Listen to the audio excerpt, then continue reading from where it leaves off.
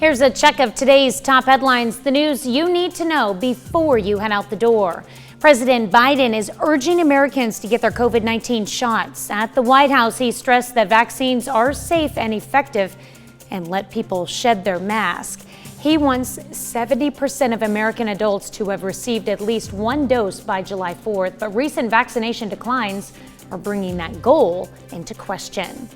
A St. Louis man gets federal prison time for shooting a Jasper County Sheriff's deputy. A federal judge sentenced 47-year-old Ea Fitzpatrick to 25 years in federal prison without the chance of parole.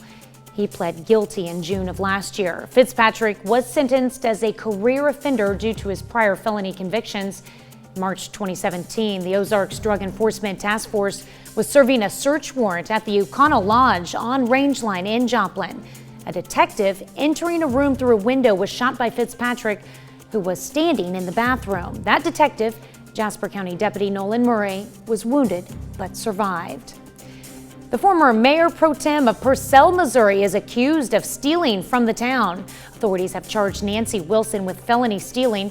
Probable cause statement says the city's current mayor, Kelsey Freeland, uncovered the theft, totaling more than $2,500.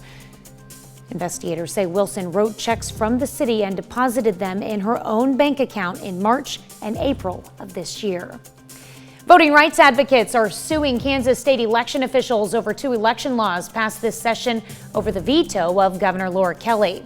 The League of Women Voters of Kansas, Kansas Appleseed, and Loud Slight filed the lawsuit yesterday in Shawnee County District Court. They object to a law that limits the number of ballots a person or group can deliver from other voters, and another law that reduces the power of the governor, Secretary of State, and the courts to change election laws. That's a check of today's top headlines, the news you need to know before you head out the door. A little trouble visibility-wise out there because we've got a dense fog advisory lasting until 8 a.m. Our numbers actually slipping, especially in northeast Oklahoma, where we've been down below a mile for both Miami and Welch. And excuse me, now we're seeing Neosho dip right at the mile mark. So make sure you give yourself extra time and plenty of room between you and other drivers. This is your KOAM news update. I'm Tanya. It's going to give us plenty of sunshine and temperatures up into the high 70s later on,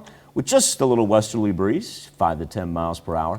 As far as those end of the week and weekend plans go, it's going to be great to be outside here for Thursday, Friday, and Saturday. Put Sunday in the fair category because that's our next chance for a little rain kicking in. But temperature-wise, back to a taste of where we should be this time of year as we're able to ride the 80s from Friday all the way through next week. Now, speaking of next week, that is kind of when the rain picks up. You can tell Monday, Tuesday, and Wednesday, rain chances much more widespread than what we'll encounter for the next 3 days. Be back with more KOAM Morning News right after this.